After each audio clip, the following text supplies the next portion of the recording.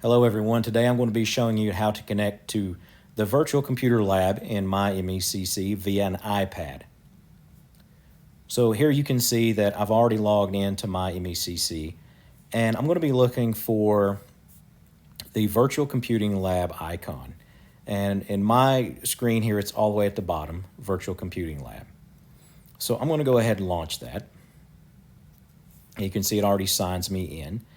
One of the things you're going to want to check to make sure you have is an RD client, some sort of remote desktop client. There's one for free inside of the Apple Store, inside of your App Store. The one I use is this one here. It's called RD Client. It's free, and it is by Microsoft. So if you're going to download one, I recommend this one. So just look for Microsoft Remote Desktop Client in the App Store for your iPad. So I'm going to jump back over to the virtual computing lab and I'm going to click reservations and new reservation. You'll notice there are a lot of choices we have here when it comes to reservations. You're welcome to use any of these you like if you just want to play around with them and see what's inside.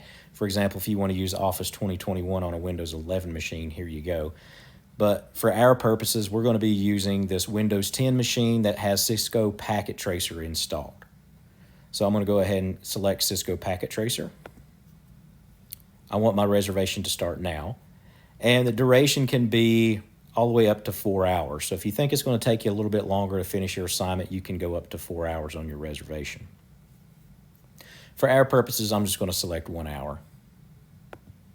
And then you're going to hit Create Reservation. So you're probably wondering what the Virtual Computing Lab is. This is a way that we can connect to different operating systems that have software pre-installed for class. So I'm connecting from an iPad. You can connect from a Chromebook. You can connect from a MacBook or another Windows machine. I even have a tutorial out there how to connect from a Linux machine running inside another virtual machine, or it could just be a Linux machine running on your own machine. Any flavor of operating system you have, basically, you'll be able to connect to this virtual computing lab and finish your assignments. So now we're just waiting for this virtual machine to go ahead and be provisioned for us. And there it goes. It takes less than 60 seconds. And once that's provisioned, we can go ahead and hit connect. Here we want to take note of our credentials. So this is going to be the username here that I have. It's going to be already filled in for me. And this is the password that I'm going to be used to log into this virtual machine. You'll probably just want to go ahead and copy that password. The next thing you want to do is go ahead and download your RDP file. Your RDP file is your remote desktop protocol file that you're going to use to connect to the virtual machine here inside the virtual computing lab. So I'll get that RDP file and I'll download that file. Okay, up here I'm in Safari. It could be Edge, whatever browser you happen to be using on your iPad. But I'm going to go up here to the download section. And I'm going to go ahead and open that Cisco Packet Tracer Windows file. Here you can see it's going to prompt me for the password. So I'll just go ahead and paste that password in that I copied earlier from the credential site and hit continue. And now we should be creating a virtual connection into our virtual machine inside the virtual computing lab. And here you can see that I can run a full Windows 10 operating system even here on my iPad without any issues whatsoever. These machines are connected to the internet, so you can download other files. If you need to upload files into your Google Drive or you need to upload files into Canvas, you can do that directly from this machine. You'll just have to log in to the Canvas site from the virtual machine. Another thing to keep in mind is these machines are not in persistent mode, which means that any files that you download onto this machine or any file that you're working on will not be saved once this session is over. So once your session is done, the virtual machine tears itself down. Any files that were on this machine will no longer exist.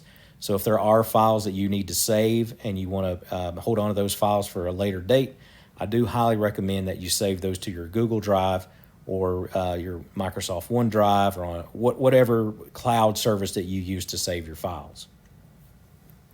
So here we are inside the Windows 10 machine. Again, I'm on an iPad. I'm going to go over here to Packet Tracer. Let's open Packet Tracer up. Yeah, we can run in multi-user mode. Another thing to keep in mind with Cisco Packet Tracer is you do have to have that Cisco Network Academy account already created before you can use Packet Tracer, or you do have to have the Cisco Skills for All account created. And if you recall from our assignment, you do have to create that account. That is part of the homework.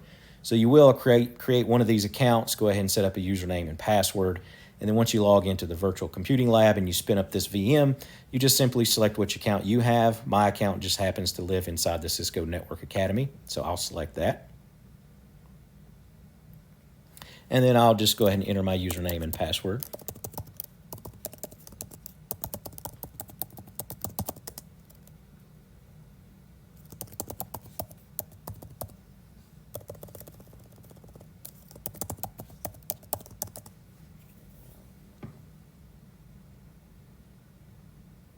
And now you can see that we're logged into Packet Tracer through an iPad on a virtual machine running inside the virtual computing lab that's housed in my MECC.